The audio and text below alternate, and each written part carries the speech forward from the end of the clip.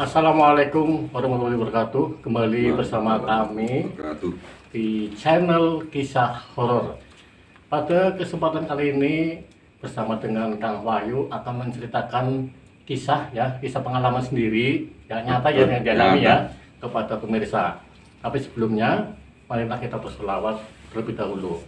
Allahumma sholli ala Muhammad ya Rabbi sholli alaihi wasallim. Allahumma sholli ala Muhammad ya Rabbi sholli alaihi wasallim. Rabbi fangfana biberkatihim wahdinal husna bihurmatihim. Rabbi fangfana biberkatihim wahdinal husna bihurmatihim. Amin amin robbal alamin. Mudah-mudahan kita semua mendapatkan syafaat dari baginda Nabi Muhammad SAW, baik di dunia maupun di akhirat. Amin amin robbal alamin. Oke, langsung saja terkait dengan kisah horor yang dialami oleh Kang Wahyu sendiri ya. Kisah nyata yang dialami oleh Kang Wahyu terkait dengan yang namanya kisah horor. Silakan diceritakan kepada pemirsa. Silakan Kang Wahyu. Terima kasih Kang Hawi. Selamat malam. Selamat malam juga. Jumpa kembali. Oke, sip. Jadi kita akan berbagi cerita tentang kisah mistis, kisah horor yang saya alami. Ini tentang sesosok dengan wujud kepala botak dengan badan kekar dengan alis tebal. Kejadian ini waktu itu sekitar tahun 2014 ya. Jadi saya sudah punya istri dan rumah baru. Iya. Itu di mana rumahnya? Di Tegal City. Tegal City. Ya, oke. Lanjut. Peristiwa ini terjadi ketika sepertengah malam itu saya baru pulang dari rumah teman dengan keadaan posisi yang sudah lelah Ya, ngantuk, capek, sampur aduk terus beberapa kali lewat kuburan makam. Ya, kuburan sama makam sama saja ya. Nah, saya tidur sekitar jam 2 lebih. Setelah terlelap, keadaan kamar sedikit gelap karena lampu juga sudah gelap-gelip. Jadi entah apa yang telah saya alami itu, tiba-tiba di jendela seperti bergetar. Ada suara? Enggak ada suara, cuman bergetar seperti apa ya? Seperti bergoyang-goyang, tapi bergetar dengan gerakan-gerakan dari jendela yang begitu kuat, seperti semacam terjadi lindu gempa, lah, lindu ya, gitu ya. itu. Nah, dengan seperti itu dari jendela muncul penampakan sesosok yang tinggi besar dengan kepala botak, matanya sedikit sipit, dengan alis tebal. Botak, tinggi besar, mata sipit dengan alis tebal. Iya, betul. Nah, Itu pakai baju apa, Pak? Sosok tersebut bajunya ya? seperti Pakai baju apa tidak? kaos enggak. Kaos, pakai kaos. Pakai kaos. Tapi singlet. Enggak. Iya. Bawahnya apa? Bawahnya. Bawahnya tidak kelihatan Tidak kelihatan. karena muncul dari jendela tanpa dibuka, udah tembus kaca jendela ya, dengan seperti wajah yang garang. Jadi dengan wajah garang yang begitu seperti marah ya, garang marah, dan mau mencekik ya, mencekik seperti sampai saya hampir tidak bisa bernafas karena mungkin entah apa yang terjadi, begitu marahnya sosok makhluk itu ya, atau mungkin kemungkinan karena saya baru menempati rumah yang begitu dekat dengan ya banyak kankeran, karena dekat sebuah rel lintasan kereta api. Dulunya memang Banyak terjadi kecelakaan. kecelakaan. Berarti rumahnya Kang Wahyu yang baru itu dekat dengan kereta api ya? Iya, betul. Nah itu yang kalau ketika kejadian itu jam 2 malam di rumahnya Kang Wahyu itu, berarti Kang Wahyu berkeadaan tidur apa sadar ketika melihat sosok tersebut? Saya tidur, cuman memang tidak terlalu lelap. Tidur tidak terlelap. Berarti dalam keadaan sadar apa tidak sadar ya kalau seperti itu ya?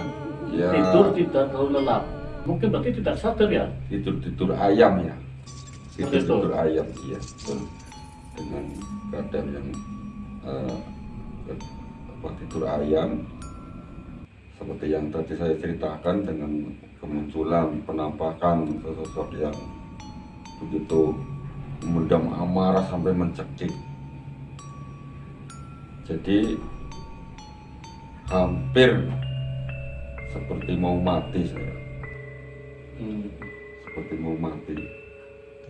Nah, dalam keadaan seperti itu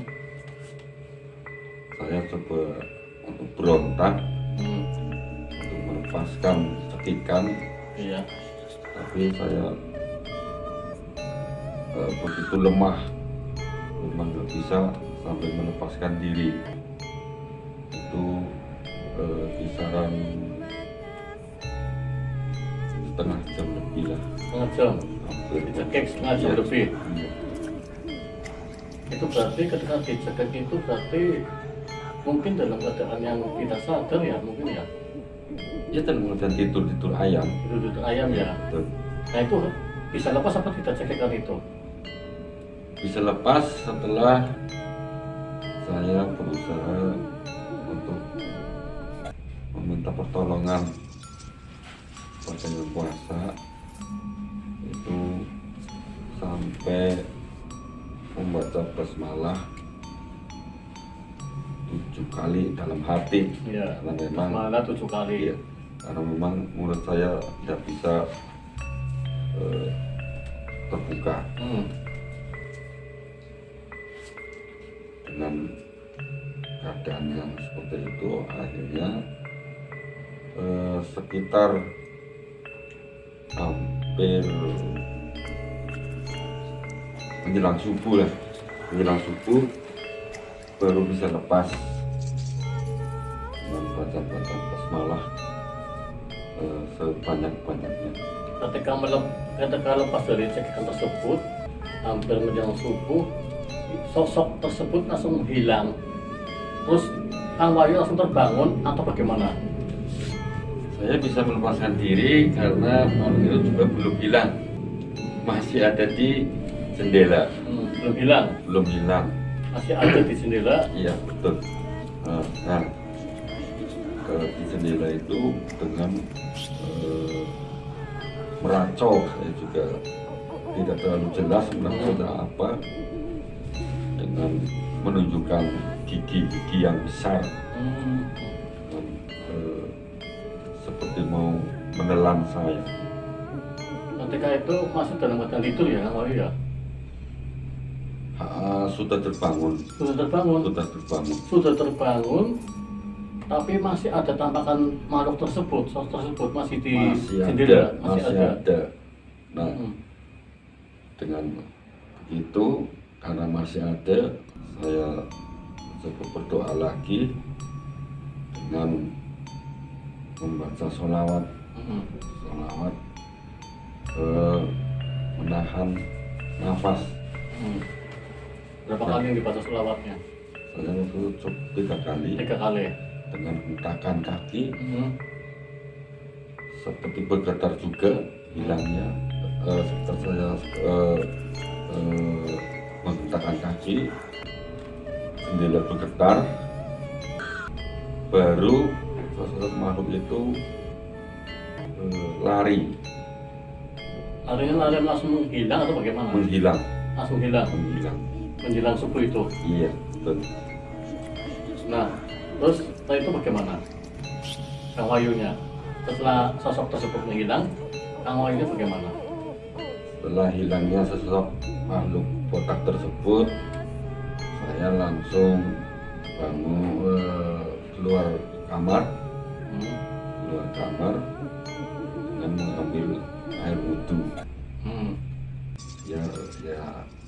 Ya, pikiran yang penuh dengan misteri yang menyeramkan hilang. Seperti itu? Iya. Ambil wudhu langsung sholat subuh ya? Iya. Seperti itu?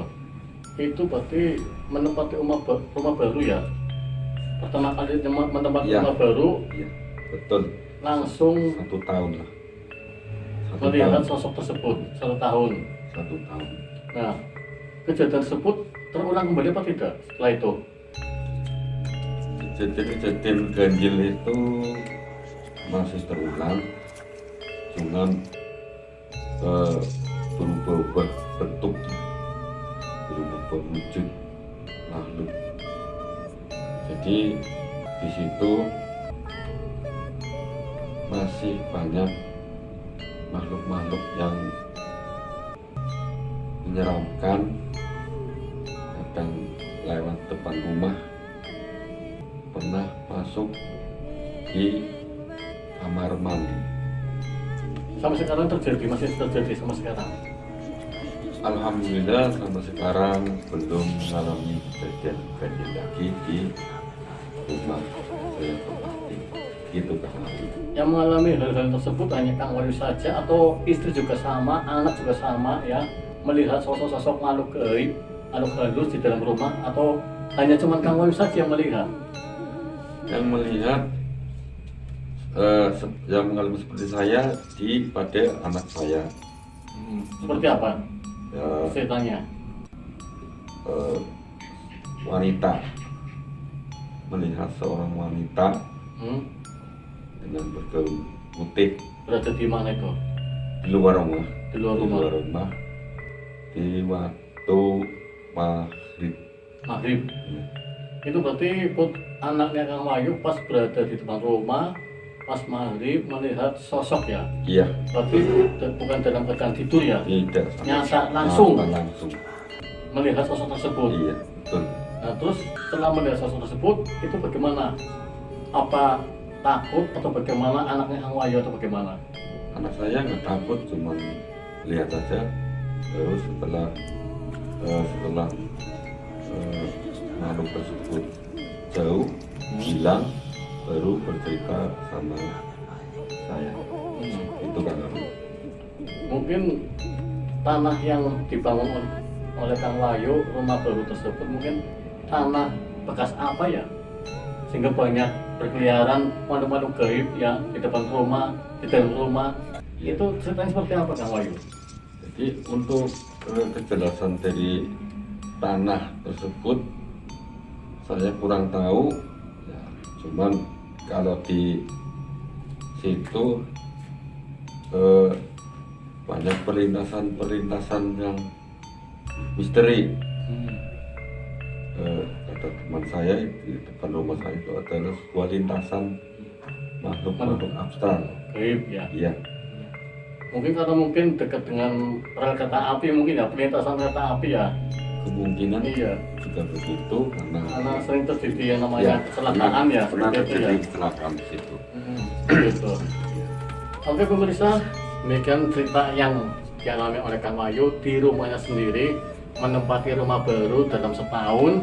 Ternyata sering ada penampakan di dalam rumah ataupun di luar rumah, baik yang dialami Kang Wahyu sendiri ya, anaknya pun mengalami sendiri melihat sosok halus astral di depan rumah. Demikian, mudah-mudahan bisa menemani Anda beristirahat, menemani aktivitas Anda di pagi hari, siang hari, sore hari ya. Mudah-mudahan puas dengan cerita kami terkait dengan yang namanya kisah horor. Jangan lupa untuk bantu kami dengan like, subscribe, lonceng diaktifkan untuk menerima notifikasi pemberitahuan video-video kami selanjutnya terkait dengan namanya kisah horor. Bersama kami ya, Kang Awi, Kang Wahyu mengucapkan banyak-banyak terima kasih atas waktu dan perhatiannya. Ihdinas siratal mustaqim. Wassalamualaikum warahmatullahi wabarakatuh. Waalaikumsalam.